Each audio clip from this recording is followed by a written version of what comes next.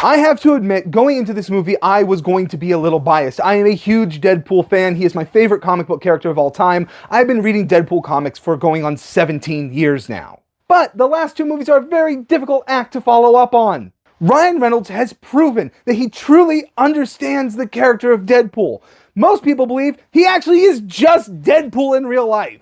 But not only does he understand how to play the character, he understands how to write the character and find other people that understand the character. The other writers, the directors that have made these movies, the producers, the costume designers, they all have such a love and reverence for the source material and making a faithful adaptation of Deadpool, and it shows. My main concern going into this movie was that now that Marvel and Disney have their hands on Deadpool, are they going to take away the charm of what made Deadpool so great in the first place?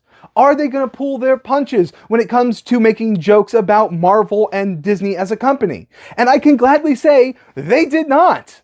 In fact, I would argue this movie cranks it up to 11. Deadpool and Wolverine manages several balancing acts all at once. Balancing the comedy and the heart, the fan service and the plot, and of course, having Wolverine in the movie without disrespecting the perfect send-off he had in Logan. And all I'm gonna say is the way that they didn't disrespect Logan was kind of by disrespecting Logan. The worst thing this movie could have done is danced around the fact that Hugh Jackman's Wolverine had that perfect send-off, but instead they danced on the grave and it was hilarious. I don't want to spoil anything, so I won't let you know if dancing on the grave is literal or just a figure of speech in this instance. Ryan Reynolds obviously is amazing as Deadpool, but Hugh Jackman has not missed a step. He gives probably his best performance as Wolverine yet. It might not have the depth and the heart of Logan. It might not have the freshness of the first X-Men movie,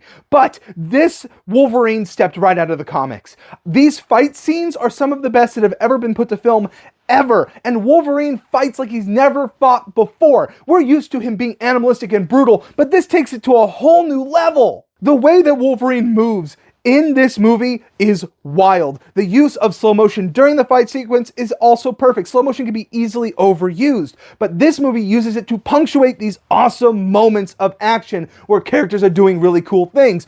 Posing in the air as they fly through a window, reloading a weapon, pulling out a sword. It punctuates the action just right. And obviously the cameos in it are numerous and perfect. Not only do we get so many cameos from past Fox Marvel films, but we get cameos from films that never happened. Ones that the fans wanted to happen for so long, but then didn't. This was the fan casting movie. And I know a lot of people complain about cameo fests, but this one used it in a way that was actually relevant to the plot and made a lot of sense. It also was able to subvert our expectations of these cameos in really great ways. A spoiler-free example would be an actor who has played two different Marvel superheroes. You think he's gonna be one character, and then he ends up being the other one. It was perfect. I could go on and on about this movie for another half hour, but I'm just gonna end it with this. Deadpool and Wolverine is definitely dope.